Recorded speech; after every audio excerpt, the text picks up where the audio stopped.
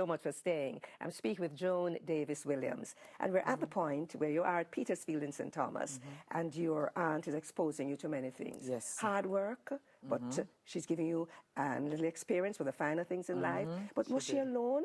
No, man, she had a gentleman, Mass Walters. They were never married. Mass Walters. Mass Walters, yes. They were never married. But he was like, they were like white and rice. But Auntie was very miserable, and I love her, though, you see? She was very miserable. But Mass Walter was not at the wedding, so he would not have known that I lied. And I don't think Auntie would have discussed that with him. So I loved Mass Walter because I suspected he would not have poisoned me, or he would not have wanted to slaughter me like the animals. So we got along well.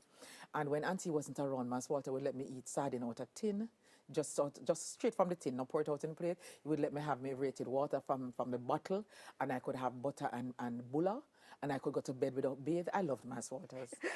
Yes. But